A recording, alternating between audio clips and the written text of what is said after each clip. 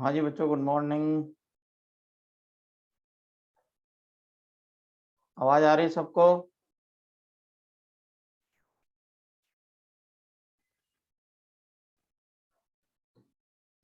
आवाज आ रही है सबको? स्क्रीन दिखाई दे रही है? सुनाई दे रहा है? चालू करें?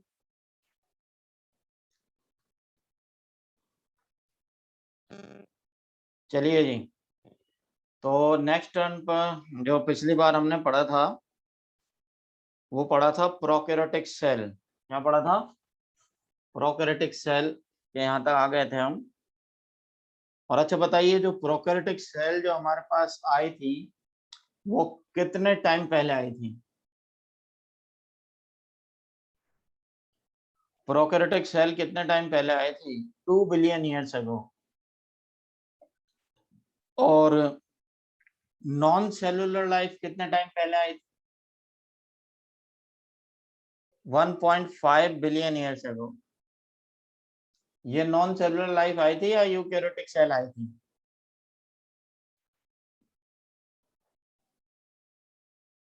यूकैरियोटिक सेल आई थी 1.5। अच्छा, डेटा एक बार रिवाइज कर लेते हैं। बताइए, origin of universe 20 billion years ago.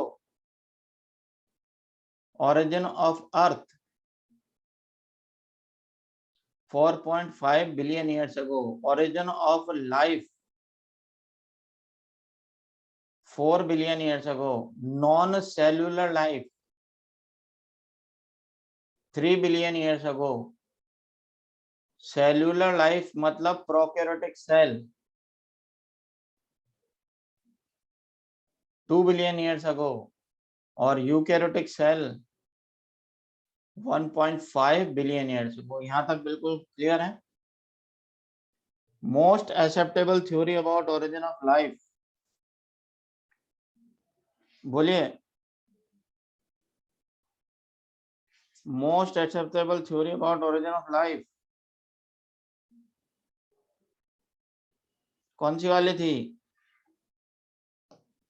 Big bang theory. कौन सी थ्योरी थी? Big bang theory. अच्छा बताइए, ओरिजिन ऑफ यूनिवर्स के बारे में बताओ। विच theory explains about universe, origin of universe? Big bang theory. अच्छा बताइए, which theory tells us that new life form were originated from non living material? कि नॉन लिविंग मटेरियल से नए लाइफ फॉर्म बनेंगे, ऐसा कौन सी थ्योरी ने समझाया था? बोलो। एबायोजेनेसिस। Abiogenesis was disproved by Abiogenesis theory was disproved by biogenesis. Abiogenesis theory was disproved by biogenesis. अच्छा बताइए, which scientist disproved abiogenesis? Which scientist disproved abiogenesis? Louis Pasteur. Name of the experiment of Louis Pasteur. Name of the experiment of Louis Pasteur. What was filled in a swan neck flask?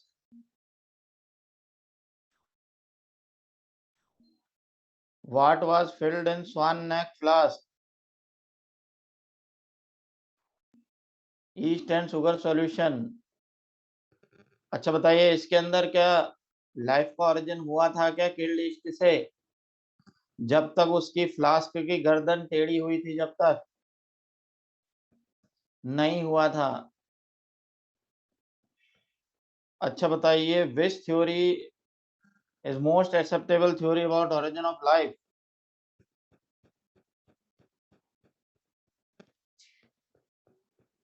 ऑपेरेन Haldane theory. Oparin कहाँ से था? Haldane कहाँ से था? England born Indian scientist. ठीक है। अच्छा बताइए, primitive atmosphere of earth was oxidizing और reducing. First inorganic molecule, water के बाद क्या बना? Ammonia. First organic compound, methane. ठीक है। और फिर सारी ऑक्सीजन कंबाइंड हो गई तो एटमॉस्फेयर कैसा हो गया? रिड्यूसिंग हो गया। और फिर बॉइलिंग वाटर ऑफ ओशियंस में केमिकल रिएक्शन शुरू हो गई। बॉइलिंग वाटर ऑफ ओशियंस में केमिकल रिएक्शन शुरू हो गई। अच्छा बताइए, which scientist called boiling water of oceans and hot dilute soup? हेल्डेन। सबसे पहले बने मोनोमर्स। सबसे पहले क्या बने? मोनोमर्स। फिर मोनोमर्स के बाद बने पॉलीमर्स।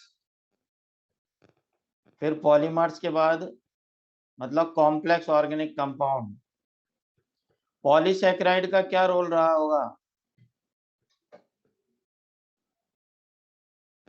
एनर्जी प्रोवाइड करवाना। कार्बोहाइड्रेट का क्या रोल है? एनर्जी प्रोवाइड कराना है। लिपिड सेल मेम्ब्रेन बनाने का काम करता है। लिपिड क्या करता है? सेल मेम्ब्रेन बनाने का काम करता है।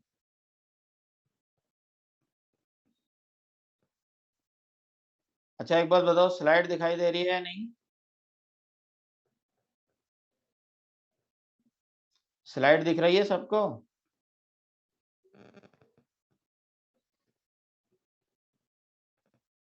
फिर कौन कह रहा है कि स्लाइड दिखाई नहीं दे रही है?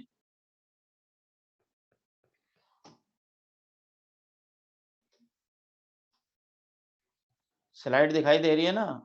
हाँ तो फिर कमेंट में कौन कह रहा है स्लाइड दिखाई नहीं दे रही है? यहां तक सारा समझ में आ गया?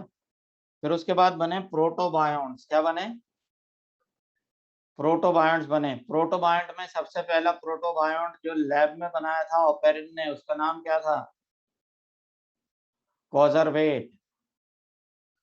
माइक्रोस्फीयर किसने बनाया था? सिडनी फॉक्स ने। फिर बना प्रोटोसेल। फिर क्या बना? प्रोटोसेल। और प्रोटोसेल क्या था? Cluster of nucleoprotein. प्रोटोसेल क्या है? Cluster of nucleoprotein. And they are known as precursor of cell. क्या कहेंगे इनको? Precursor of cell. न्यूक्लियोप्रोटीन मतलब nucleic acid plus enzymatic protein. और आपको याद है nucleoprotein were first sign of life.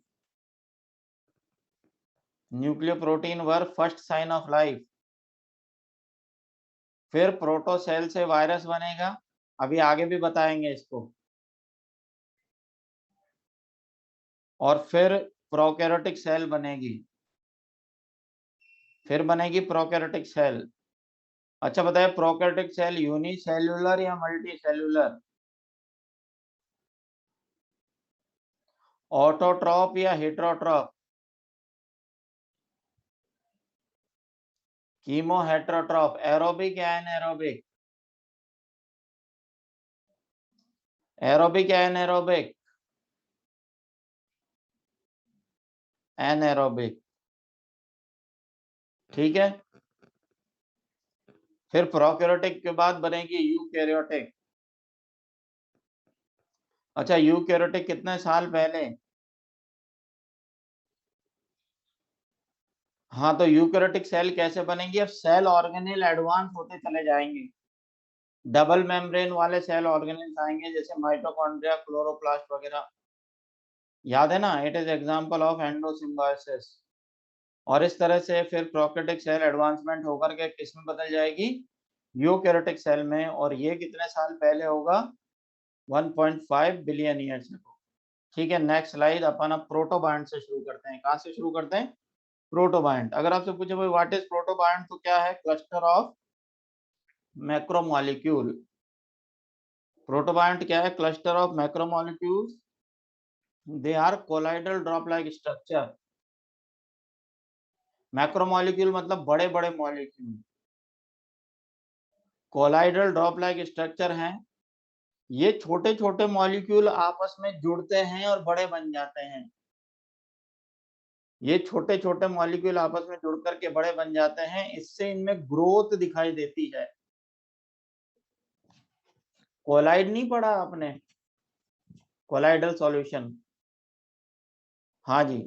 Growth दिखाई देती है मतलब छोटे छोटे मॉलिक्यूल आपस में जुड़ते हैं तो बड़े बन जाते हैं। आपने याद होगा डिटर्जेंट पाउडर को अगर पानी में मिलाते हैं तो बबल्स बनते हैं,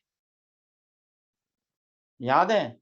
तो वो छोटे छोटे बबल मिलकर के बड़ा बन जाता है, फिर वो बबल टूट जाता है, फिर वापस छोटे छोटे बन जाते हैं, फिर वो जुड़ जाते हैं, फिर बड़ा बबल बन जाता है। इस तरह से हो रहा है। अब ये ग्लूकोज का ब्रेक डाउन कर सकते हैं, मतलब सिंपल मेटाबॉलिक एक्टिविटी दिखाते हैं। तो क्या ये मेटाबॉलिक एक्टिविटी दिखाते हैं? अगर ऐसा पूछा जाए तो आंसर यस होगा या नो होगा? यस होगा। और ये अपने आप को बाहरी इन्वायरमेंट से आइसोलेट रखते हैं, ये अपने आप को एक्सटर्नल इन्वायरमेंट से आइसोलेट करके रखते हैं। मतलब देखिए बहुत सारे बबल्स अगर एक साथ जुड़ जाएंगे तो जो सेंटर वाले बबल्स हैं वो आइसोलेट हो जाएंगे ना। और फिर ये देखो, सबसे बड़ी बात ये है कि ये रिप्रोड्यूस नहीं कर पाते हैं, इनके अंदर रिप्रोडक्शन नहीं देखा गया है। तो ये फीचर्स थे प्रोटोबायोंट्स के। ये फीचर किसके थे? प्रोटोबायोंट के। और प्रोटोबायोंट जो लैब में बना है उसके अंदर सबसे पहला प्रोटोबायोंट किसने बनाया था अपन पढ़ चुके हैं, वो ऑपेरिन ने बनाया था और उसका नाम था कोजरवेट। तो बताइए क्या कोजरवेट में भी ये ऊपर लिखी हुई प्रॉपर्टीज होंगी या नहीं होंगी? बोलिए। होगी। और माइक्रोस्फीयर किसने बनाए थे? सिडनी फॉक्स ने। अब देखिए मेटाबॉलिज्म में ये कैसे करती है कि ये जब सनलाइट इनके ऊपर गिरती है तो ये ग्लूकोज का ब्रेक डाउन कर सकती है।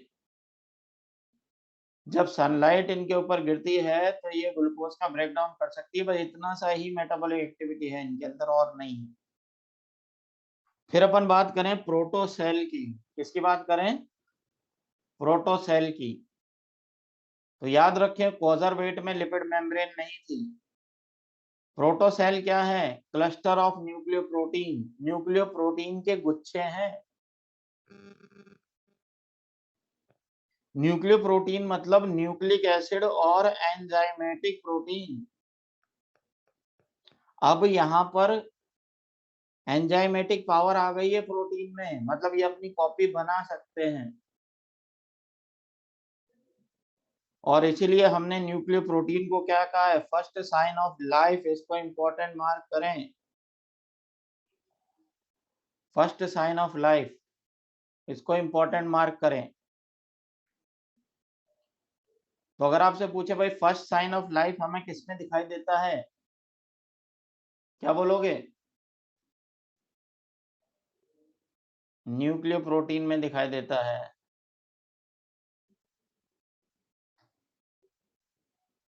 तो ये जो प्रोटोसेल थे इनके चारों तरफ लिपिड मेम्ब्रेन भी थी। प्रोटोसेल के चारों तरफ लिपिड मेम्ब्रेन भी थी। यूबायोन्ट्स इनको कहते हैं, प्रोटोसेल और यूबायोन्ट। अब देखो, अब प्रोटोसेल एक कॉम्प्लेक्स स्ट्रक्चर है। जैसे यहाँ पर अपन बात करें कि ये एक प्रोटोसेल है, ये अंदर न्यूक्लियो प्रोटीन है। तो यहाँ पर इसका न्यूक्लियो प्रोटीन है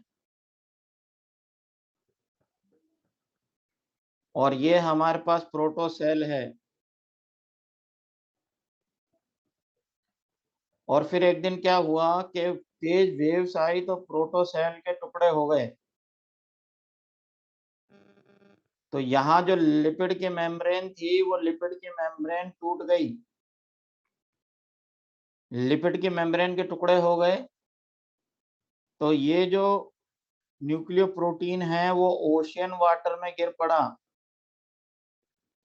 अच्छा बताइए, अगर न्यूक्लियोप्रोटीन ओशियन वाटर में गिर जाएगा तो फिर क्या इससे अपना एनवायरनमेंट छीन लिया गया है?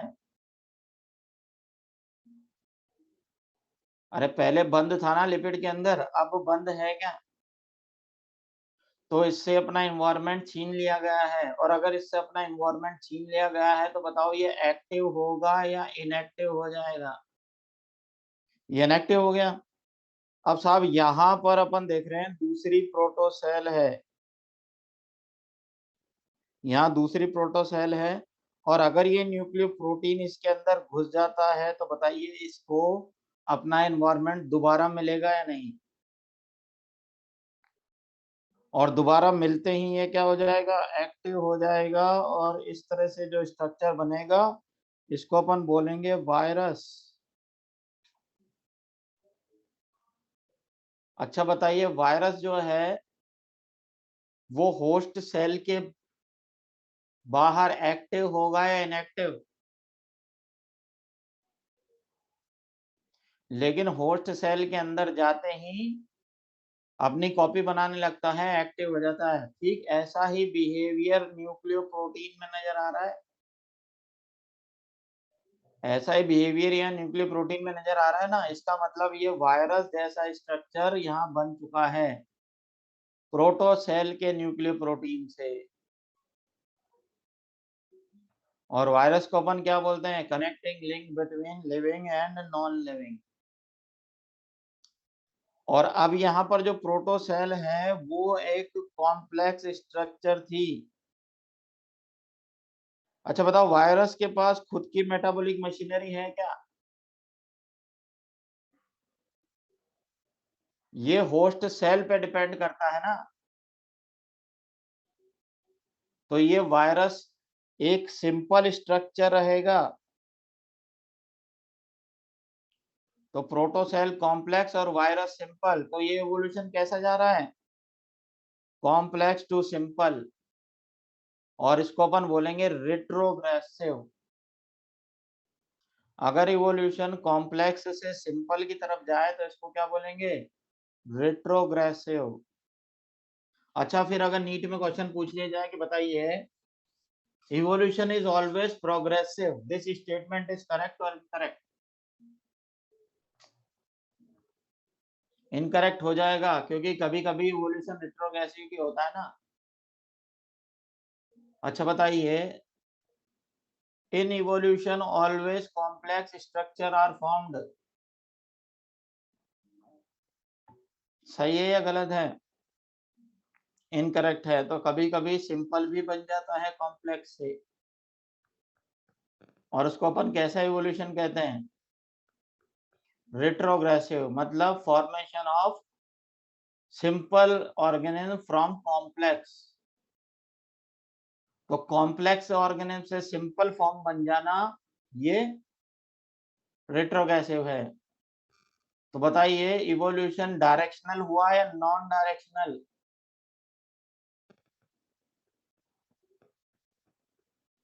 इवोल्यूशन नॉन डायरेक्शनल होता है, but evolution is slow and continuous process that never stops.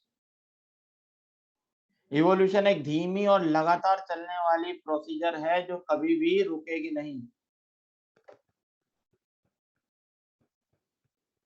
Non direction मतलब किसी भी डायरेक्शन में, सिंपल से कॉम्प्लेक्स भी बन सकता है तो कॉम्प्लेक्स से सिंपल भी बन सकता है। तो क्या अभी भी इवोल्यूशन हो रहा होगा? क्या हर एक चीज का इवोल्यूशन हो रहा होगा? क्या ह्यूमन बीइंग्स भी इवॉल्व हो रहे होंगे? क्या एनिमल्स भी इवॉल्व हो रहे होंगे? बिल्कुल। अरे जिसको सरवाइव करना है उसको इवॉल्व होना ही पड़ेगा। माइक्रोब्स भी तो एंटीबायोटिक आने के बाद रेजिस्टेंस पावर बना रहे हैं। अरे हमने एंटीबायोटिक बनाई तो उन्होंने रेजिस्टेंस पावर बनाई, अगर नहीं बनाते तो शायद जिंदा नहीं रहते। तो बताइए क्या वो भी इवॉल्व हो रहे हैं या नहीं? अरे बिल्कुल हो रहे हैं। तो evolution is a gradual change, क्या ये कह सकते हैं? Evolution is a gradual change. कई बच्चे पूछ रहे हैं सर ये न्यूक्लियर प्रोटीन दूसरी प्रोटोसेल में कैसे घुसा? तो वायरस आपकी बॉडी में नहीं घुस जाता है क्या?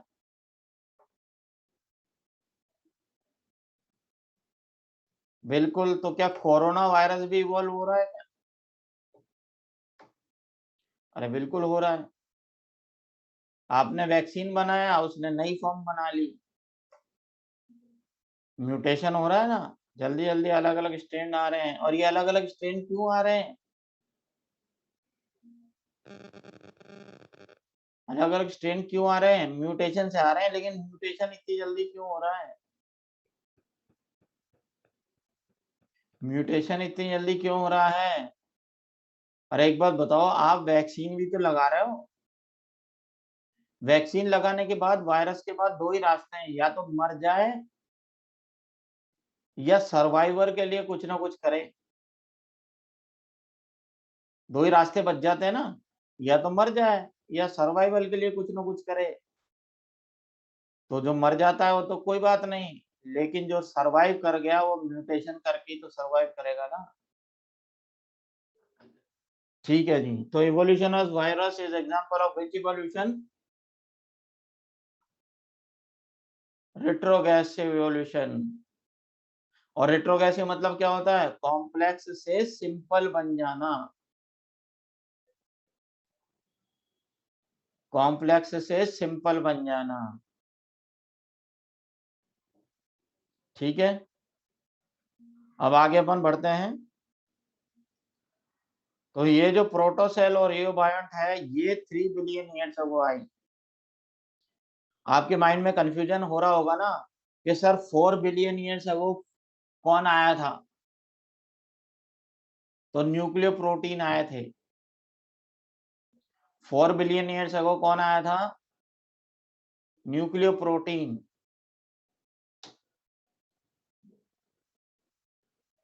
अर्थ तो 4.5 पे आई थी। लाइफ जो 4 बिलियन ईयर्स अगो आई थी वो कब आई थी? कौन सी आई थी? Nucleo protein. 3 billion years ago कौन सी life I?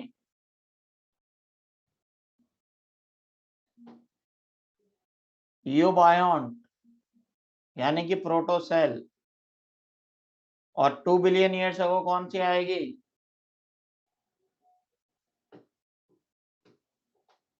Prokaryotic cell. 2 billion years ago कौन आएगी? Prokaryotic cell. वायरस का ओरिजिन किससे हुआ है? प्रोटोसेल से या यूबायोंट से। फिर देखो प्रोटोसेल में म्यूटेशन से प्रोकैरियोटिक सेल बनी है। प्रोटोसेल में म्यूटेशन से ही क्या बनी है? प्रोकैरियोटिक सेल बनी है। और प्रोकैरियोटिक सेल से अपन बोलते हैं बिगिनिंग ऑफ सेलुलर लाइफ।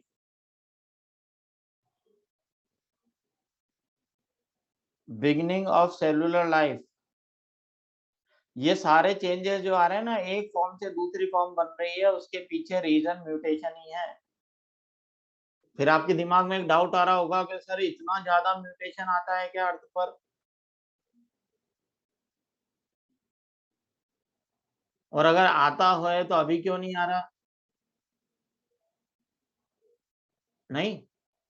अच्छा बताइए कि प्रिमिटिव अर्थ पर जो लाइफ है वो कैसी है? यूनिसेल्युलर प्रोकैरियोट है ना। अरे बोलिए, पुराने समय में लाइफ कैसी है? यूनिसेल्युलर या मल्टीसेल्युलर? इनका जेनेटिक मटेरियल नेकेड है या हमारी तरह से कवर्ड है? प्रिमिटिव अर्थ पर ओजोन लेयर बनी या नहीं बनी? यूवी रेस की फ्रीक्वेंसी हाई या लो? अगर यूवी रेस की फ्रीक्वेंसी हाई तो म्यूटेशन की फ्रीक्वेंसी भी हाई या लो, और अगर म्यूटेशन की फ्रीक्वेंसी हाई होगी तो लाइफ फॉर्म जल्दी जल्दी चेंज होंगे या नहीं, और इसीलिए लाइफ फॉर्म जल्दी जल्दी चेंज हो रहे हैं। लेकिन आज लाइफ कैसी है, कॉम्प्लेक्स है, मल्टी सेल्यूलर है, ओजोन लेयर भी तो है, हमारा जेनेटिक मटेरियल कवर्ड है, तो बताइए हमारे अंदर म्यूटेशन की फ्रीक्वेंसी हाई होगी या लो होगी। तो अगर मैं आपसे क्वेश्चन पूछ लूं, frequency of mutation on primitive earth was high और low, frequency of mutation on modern earth is high और low, frequency of mutation in future will be high or low।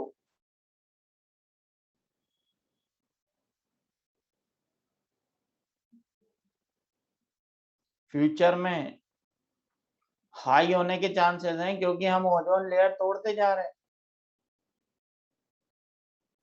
अरे बताओ, ओजोन डेप्लीशिएशन हो जाएगा तो फिर यूवी रेस ज्यादा आएगी या नहीं, तो फिर म्यूटेशन होने की फ्रीक्वेंसी बढ़ेगी या नहीं, बिल्कुल। तो अगर अपन ने ओजोन लेयर को हील नहीं किया, क्लोरोफ्लोरोकार्बन का यूज कम नहीं किया, तो फिर म्यूटेशन होने के चांसेस भी हाई होंगे।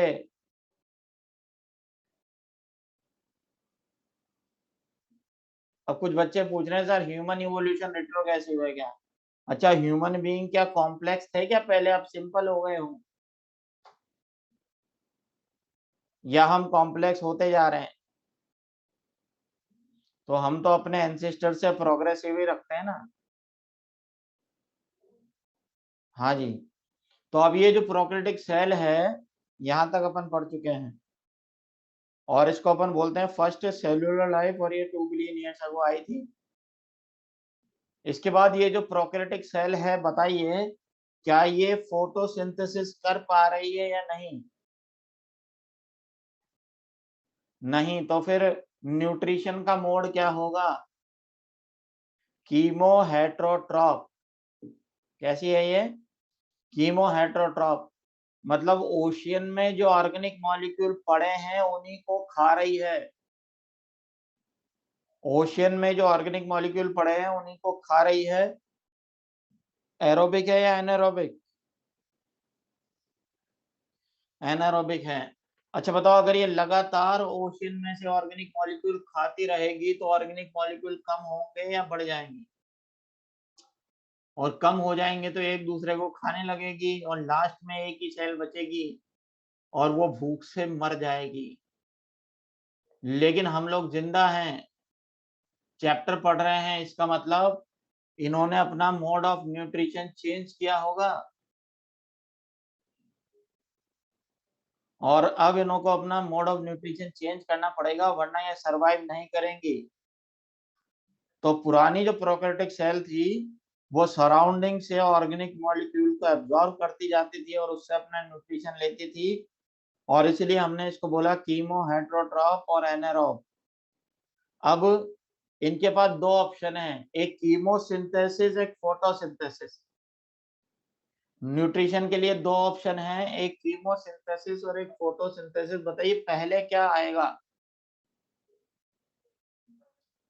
पहले कीमोसिंथेसिस आएगा ना। अरे फोटोसिंथेसिस तो क्लोरोफिल आने के बाद चालू होगा। क्या अभी क्लोरोफिल आ गया है क्या? नहीं आया, तो अभी कौन सा मोड ऑफ न्यूट्रिशन चलेगा? कीमोसिंथेसिस। और कीमोसिंथेसिस में ये क्या करेंगे, इनऑर्गेनिक मॉलिक्यूल को ऑर्गेनिक फूड में चेंज करेंगे। कीमोसिंथेसिस वाले क्या करेंगे, इनऑर्गेनिक मॉलिक्यूल को ऑर्गेनिक मॉलिक्यूल में चेंज करके फिर उसको खाएंगे। तो ये कहलाएंगे कीमो ऑटोट्रॉप। क्या कहलाएंगे? Chemo autotroph. जो केमिकल्स से फूड बना के खा रहे हैं, कीमो ऑटोट्रॉप। अच्छा, फिर कुछ सेल्स के अंदर बैक्टीरियो क्लोरोफिल डेवलप हो जाएगा। बैक्टीरियो क्लोरोफिल के डेवलप होने के बाद बताइए क्या शुरू हो सकता है? फोटोसिंथेसिस। लेकिन ये जो बैक्टीरियो क्लोरोफिल है वो प्लांट लाइक क्लोरोफिल है क्या? क्या ये प्लांट लाइक क्लोरोफिल है क्या? नहीं। ये कॉम्प्लेक्स है या सिंपल है? तो इसके अंदर वाटर मॉलिक्यूल तोड़ने की पावर नहीं है। तो ये हाइड्रोजन लेने के लिए क्या ब्रेक करता है? Hydrogen sulphide. और फिर रिएक्शन कैसे चलेगी? Carbon dioxide plus hydrogen sulphide, इससे अपना खाना तो बना देगा ये, लेकिन एनवायरनमेंट में रिलीज होगी सल्फर डाइऑक्साइड गैस। तो फिर एनवायरनमेंट में इन्होंने ऑक्सीजन नहीं बल्कि क्या रिलीज की? सल्फर डाइऑक्साइड रिलीज की। तो ये कौन सी फोटोसिंथेसिस है? ऑक्सीजनिक या नॉन ऑक्सीजनिक? ये नॉन ऑक्सीजनिक है क्योंकि इससे ऑक्सीजन नहीं मिली थी। तो क्या स्टेटमेंट सही हो जाएगा? First photosynthesis was non oxygenic because it never released oxygen. First photosynthesis was non-oxygenic because it never released oxygen. आगे चलें। इसके बाद अब देखो, बैक्टीरियो क्लोरोफिल में म्यूटेशन हो जाएगा। अब बैक्टीरियो क्लोरोफिल में क्या हो जाएगा? म्यूटेशन हो जाएगा। और म्यूटेशन होने के बाद ये बन जाएगा ट्रू क्लोरोफिल। ट्रू क्लोरोफिल मतलब प्लांट लाइक क्लोरोफिल। और प्लांट लाइक क्लोरोफिल में अब ये हाइड्रोजन किससे लेगा? वाटर मॉलिक्यूल से। हाइड्रोजन किससे लेगा? वाटर मॉलिक्यूल से। तो रिएक्शन कैसी हो जाएगी? Carbon dioxide plus water molecule, इससे अपना फूड बनाएंगे ये, इससे अपना फूड बनाएंगे और एनवायरनमेंट में क्या रिलीज करेंगे? ऑक्सीजन। और इस तरह का chlorophyll cyanobacteria blue green algae में मिलता है। तो फिर पहली बार अर्थ पर ऑक्सीजन किसने रिलीज की? साइनोबैक्टीरिया ने या ब्लू ग्रीन एल्गी ने। और अब एनवायरनमेंट ऑक्सीडाइजिंग रहेगा या रिड्यूसिंग ही रहेगा? अब एनवायरनमेंट ऑक्सीडाइजिंग हो जाएगा या रिड्यूसिंग रहेगा? ओजोन लेयर बन जाएगी या नहीं बनेगी?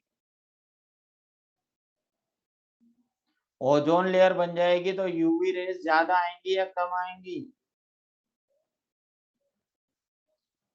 तो फिर बताओ, फिर केमिकल इवोल्यूशन चलेगा या बायोलॉजिकल इवोल्यूशन चलेगा? तो फिर अगर पूछ ले कि भाई in modern oceans new life form were not synthesized by chemical evolution because, modern oceans में आज की डेट में केमिकल इवोल्यूशन से नए लाइफ फॉर्म बन रहे होंगे या नहीं? नहीं बन रहे होंगे। क्यों नहीं बन रहे होंगे? Due to high amount of oxygen. Due to high amount of oxygen. तो केमिकल इवोल्यूशन हमेशा कौन से एनवायरनमेंट में चलेगा? रिड्यूसिंग में। लेकिन बायोलॉजिकल इवोल्यूशन हमेशा कौन से एनवायरनमेंट में चलेगा? ऑक्सीडाइजिंग में। तो अगर आपसे पूछे कि मॉडर्न ओशियंस में केमिकल इवोल्यूशन से नए लाइफ फॉर्म आज बन रहे होंगे या नहीं? नहीं। Because of high amount of oxygen and chemical evolution always operate in reducing environment. और आज एनवायरनमेंट कैसा है? ऑक्सीडाइजिंग है। तो अभी चल रहा है बायोलॉजिकल इवोल्यूशन। और बायोलॉजिकल के बाद शुरू होगा ऑर्गेनिक। बायोलॉजिकल के बाद कौन सा शुरू होगा? ऑर्गेनिक। और ऑर्गेनिक इवोल्यूशन में अब जो यूकैरियोटिक सेल बनी है वही पूरी डाइवर्सिटी बनाएगी। ऑर्गेनिक इवोल्यूशन में जो यूकैरियोटिक सेल बन चुकी है वही पूरी डाइवर्सिटी बनाएगी। याद है, अब सेल से बनेगा टिश्यू। टिश्यू की डेफिनेशन पता है आपको? Group of cells along with their intercellular substance together perform a common function is known as a tissue। तो अब ये सेल्स मिलके टिश्यू बनाएगी और बहुत सारे टिश्यू मिलके ऑर्गन बनाएंगे और ढेर सारे ऑर्गन मिलकर के ऑर्गन सिस्टम बनाएंगे और इस तरह से पूरा ऑर्गेनिज्म बन जाएगा। लेकिन अगर रिवर्स में चलोगे तो सेल पे आ जाओगे वापस। तो अभी मॉडर्न अर्थ पर बताइए क्या चल रहा है, ए बायोजेनेसिस या बायोजेनेसिस? लेकिन ऑपेरेंट थ्योरी क्या है? Primary abiogenesis. अब ध्यान देना यहाँ, Oparin theory is also known as primary abiogenesis.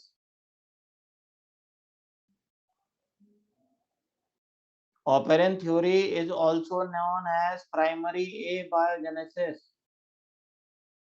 अब आप बोलेंगे सर क्यों? अरे ऑपेरेंट ने भी तो नॉन लिविंग केमिकल से ही लाइफ बनना बताया है। ऑपेरेंट ने भी तो नॉन लिविंग केमिकल से लाइफ बनना बताया है ना। लेकिन उसने क्या कहा है कि नॉन लिविंग केमिकल से कॉजरवेट वगैरह बन गए थे और उसके बाद जो भी चीज बनी उसी में चेंज होकर के तो बनी है।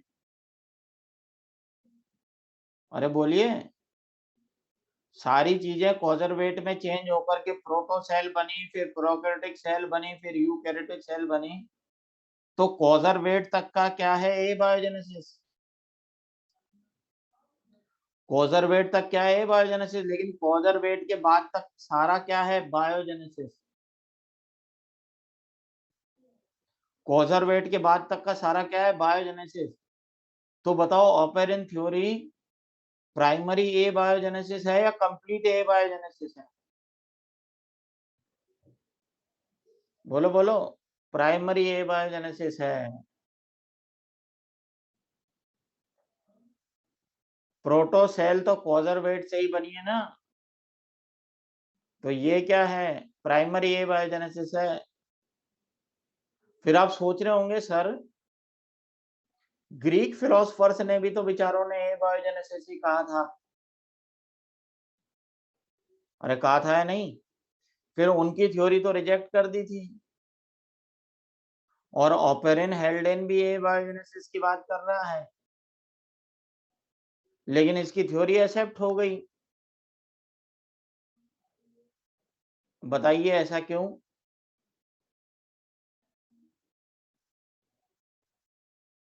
अरे वहां पर रॉ मटेरियल अलग था। वहां पर रॉ मटेरियल अलग था, वहां पर था मड सैंड और क्ले। मड सैंड क्ले और स्ट्रॉ से लाइफ बनाई थी उन्होंने, मिट्टी भूसे और कीचड़ से। वो तो आज भी हम घर में भले 50 साल रख दें लेकिन नहीं बन पाएगी ना। लेकिन यह ओपेनिन हेल्डेन ने जो केमिकल यूज किए हैं इनको यूज करके दूसरे लोगों ने भी चेक कर लिए थे। इसलिए ये वाला ए बायोजेनेसिस सही है, लेकिन क्या ये कंप्लीट ए बायोजेनेसिस है या प्राइमरी ए बायोजेनेसिस है? क्या बोलेंगे इसको? Primary abiogenesis. तो क्या ये कहना सही होगा, abiogenesis first but biogenesis ever since? दोबारा बोलूं, A biogenesis first but biogenesis ever since।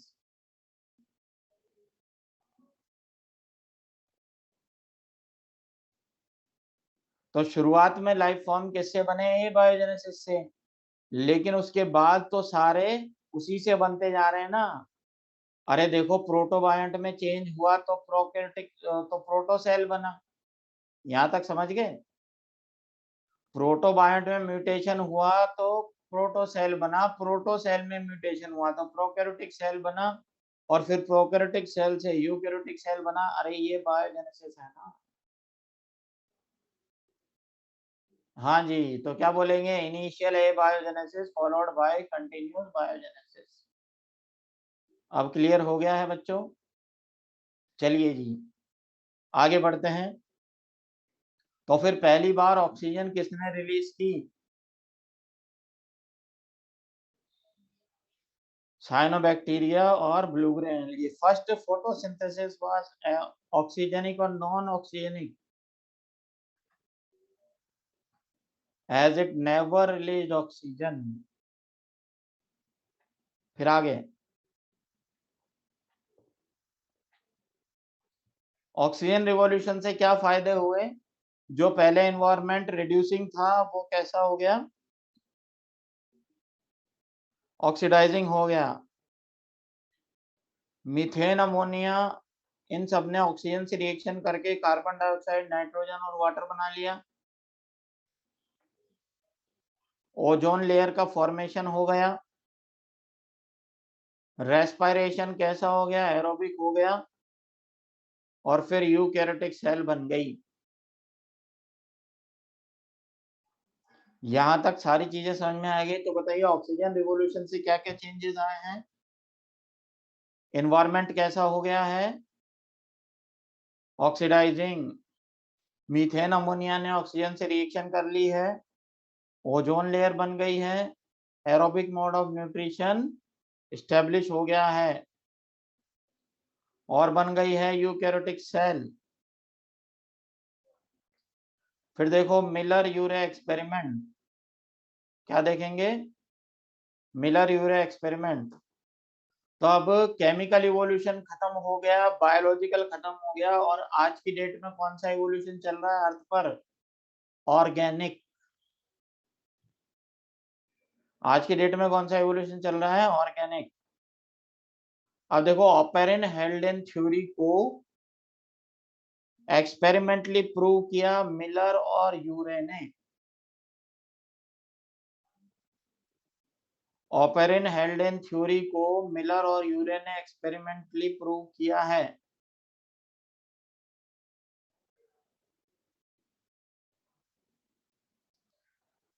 और कौन से ईयर में किया है? 1953 में। ऑपेरेन और हेल्डेन ने बताइए प्रिमिटिव अर्थ पर कौन कौन सी कंडीशंस बताई थी? बोलिए, कौन कौन सी कंडीशंस बताई थी? एनवायरनमेंट कैसा बताया था? रिड्यूसिंग। टेम्परेचर कितना बताया था? 800 डिग्री टेम्परेचर। एनवायरनमेंट में क्या क्या बन गया था? मीथेन, अमोनिया, वाटर वेपर्स, ये सब कुछ बन चुके थे या नहीं? ओशन वाटर बॉयल हो रहा था या ठंडा पड़ा था? बॉयल हो रहा था। तो अब इसने एक अपरेटस बनाया है। मिलर यूरे ने क्या बनाया है? एक अपरेटस बनाया है। यूरे गाइड कर रहे हैं, मिलर एक्सपेरिमेंट कर रहा है। तो गाइड कौन कर रहा है? यूरे। एक्सपेरिमेंट कौन कर रहा है? मिलर। और इसलिए ज्यादातर किताबों में इसको क्या लिख रहा है? Millers experiment. ज्यादातर बुक में क्या लिखा हुआ है? Millers experiment. कौन से ईयर में परफॉर्म किया है? 1953। अब देखो ऑपेरिन ने कहा था कि प्रिमिटिव ओशियन का वाटर बॉयल हो रहा था और एनवायरमेंट रिड्यूसिंग था। और एनवायरमेंट क्या था? रिड्यूसिंग था। तो अब हम यहाँ पर देखो क्या करेंगे, ये एक फ्लास्क लिया है हमने बड़ा, और इस बड़े फ्लास्क के अंदर हम पानी उबाल रहे हैं। इस बड़े फ्लास्क में क्या उबाल रहे हैं अपन? पानी उबाल रहे हैं। और यहाँ पर पहले एक वैक्यूम पंप लगाएंगे। यहाँ पर पहले क्या लगाएंगे? एक वैक्यूम पंप लगाएंगे। अच्छा बताइए, वैक्यूम पंप का क्या रोल होगा?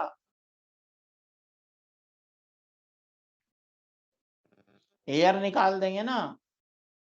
एयर निकाल देंगे तो बताइए ऑक्सीजन रहेगी अंदर या नहीं रहेगी? नहीं रहेगी ना। तो यहाँ पर इन्वायरमेंट ऑक्सीडाइजिंग रखना है या रिड्यूसिंग? और रिड्यूसिंग रखने के लिए हमने वैक्यूम पंप लगा करके सारी हवा निकाल दी है। क्लियर? यहां से पानी बॉयल होगा तो वाटर वेपर ऊपर जाएगी। देखो, पानी बॉयल हो रहा है तो वाटर वेपर ऊपर जा रही है। अच्छा बताइए, प्रिमिटिव एटमॉस्फेयर पर अर्थ का टेम्परेचर कितना था? 800। तो यहाँ ये दूसरा वाला जो जार है इसके अंदर टेम्परेचर कितना रखना पड़ेगा? 800 टेम्परेचर। अच्छा बताइए, वहां बिजलियां कड़क रही थी या नहीं? लाइटनिंग वगैरह हो रही थी क्या? तो लाइटनिंग क्रिएट कराने के लिए हमने क्या कर दिए? यहाँ इलेक्ट्रोड लगा दिए टंगस्टन के। इलेक्ट्रोड लगा दिए टंगस्टन के और इनमें स्पार्क क्रिएट करवाएंगे। स्पार्क क्रिएट करवाने पर टेम्परेचर कितना पहुंचना चाहिए? 800। अच्छा बताइए, प्रिमिटिव एटमॉस्फेयर में मीथेन, अमोनिया, हाइड्रोजन थी या नहीं? तो फिर इस दूसरे वाले फ्लास्क में हमने किसका मिक्सचर भरा है? मीथेन, अमोनिया और हाइड्रोजन का। और वाटर वेपर इस ये वाला जो नीचे वाला फ्लास्क है उसमें से आएगी।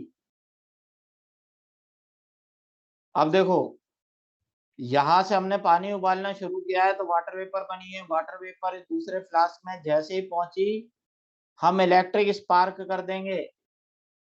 और इलेक्ट्रिक स्पार्क की प्रेजेंस में मीथेन, अमोनिया और हाइड्रोजन वाटर वेपर से रिएक्शन करेगी।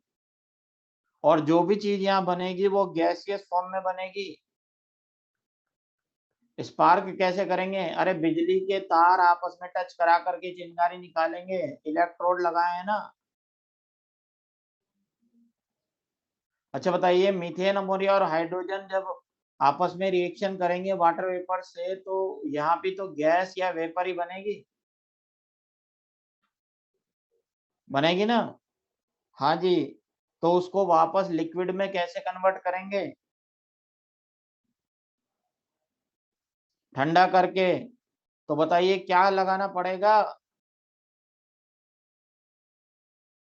कंडेंसर लगाना पड़ेगा। क्या लगाना पड़ेगा? ये देखिए, यहाँ कंडेंसर लगा दिया है।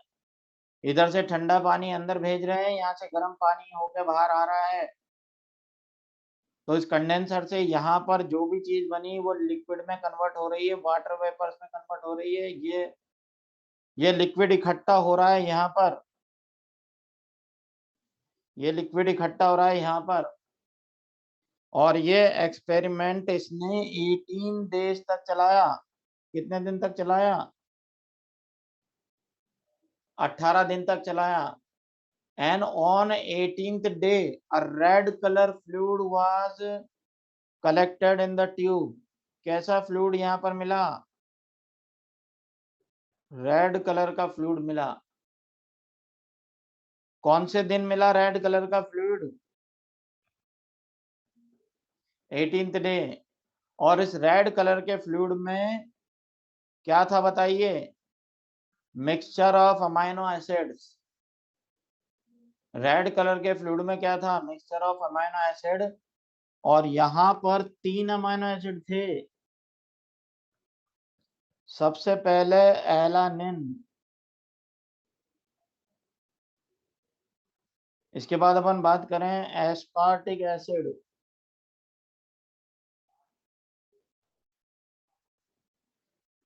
और ग्लाइसिन। तो अगर आपसे पूछा जाए कि मिलर को अपने एक्सपेरिमेंट में कौन कौन से अमीनो एसिड्स मिले, एलानिन, एस्पार्टिक एसिड और ग्लाइसिन। इसके अलावा इसको एल्डिहाइड भी मिला, कीटोन भी मिला, सिंपल शुगर भी मिला, ऑर्गेनिक एसिड्स भी मिले, बहुत सारे एलिमेंट्स इसके अंदर मिले हैं इसको। लेकिन अमाइनो एसिड का नाम अगर आपको याद रखना है तो आप ऐसे याद रख सकते हो कि 18th डे उसको अपने अपरेटस में आग लगी हुई मिली। कैसे याद रखोगे? एक ट्रिक बताता हूं याद रखने की। 18th डे मिलर को अपने अपरेटस में आग लगी हुई मिली और आग में छुपे हुए हैं अमीनो एसिड्स के नाम।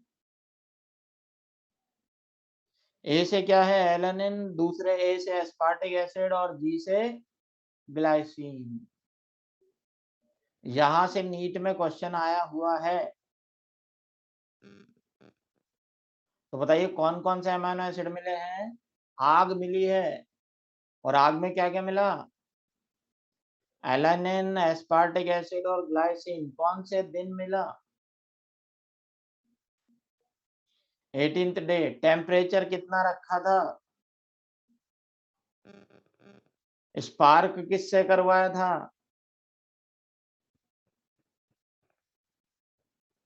एनवायरमेंट ऑक्सीडाइजिंग रखा था या रिड्यूसिंग?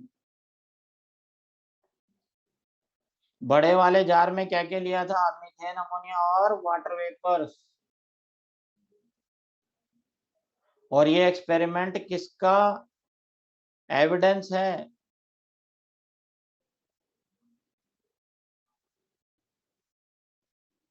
कौन सी थ्योरी को प्रूव करता है ये? Oparin Haldane theory. तो experimental proof of Oparin Haldane theory was given bye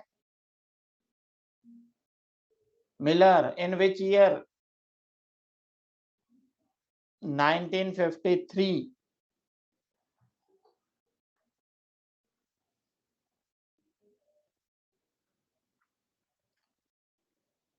ठीक है।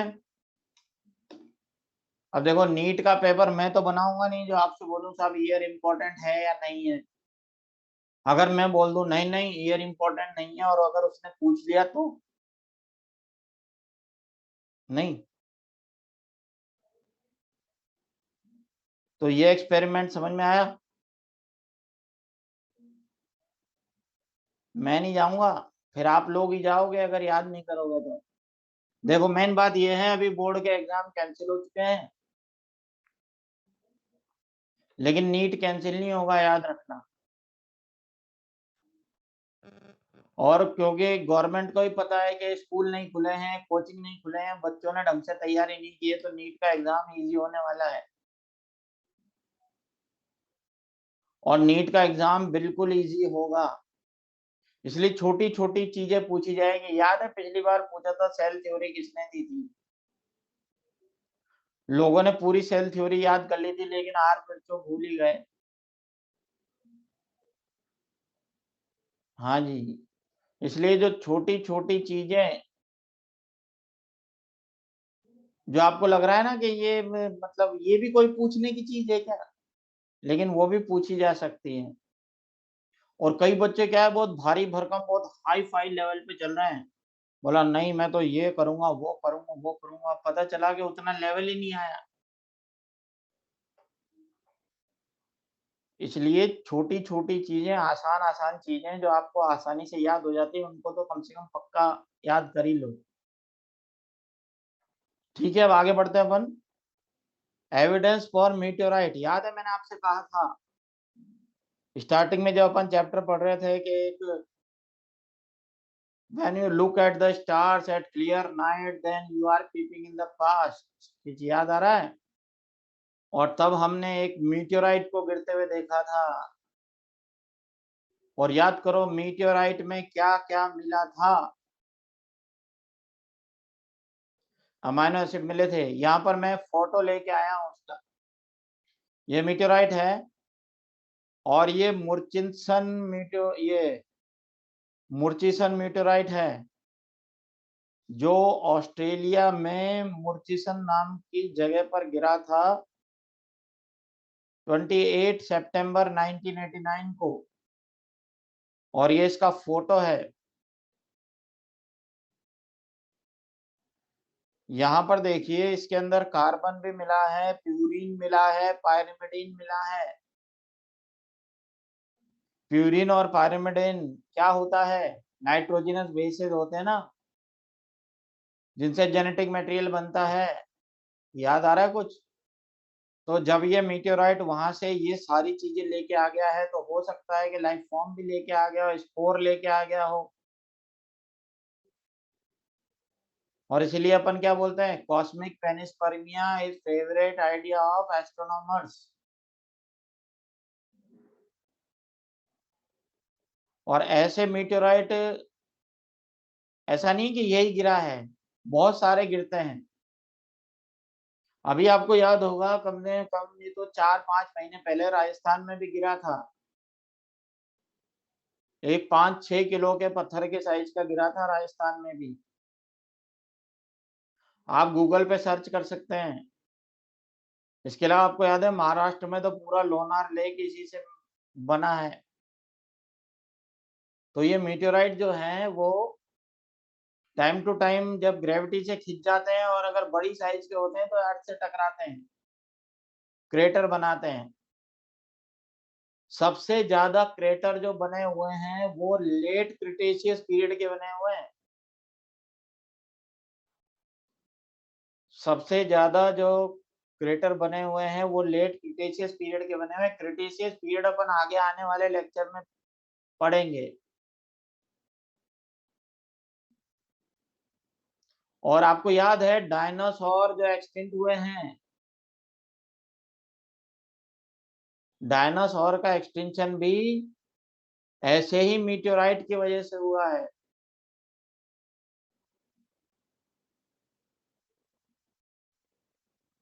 तो फिर वो अपन आगे आने वाले लेक्चर्स में पढ़ाई करेंगे।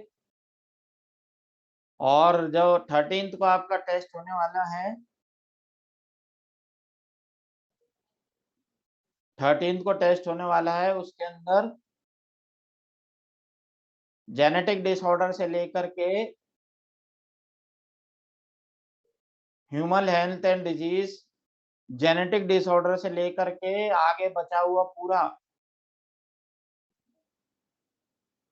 और इवोल्यूशन में जहां तक पढ़ा दिया जाएगा वहां तक आएंगे। तो अब तो आपको सिलेबस भी पता चल गया है। चलिए जी, तो क्लास अब यहीं पर एंड करते हैं। Thank you very much. जो भी डाउट है आप ऐप पर पोस्ट कीजिए।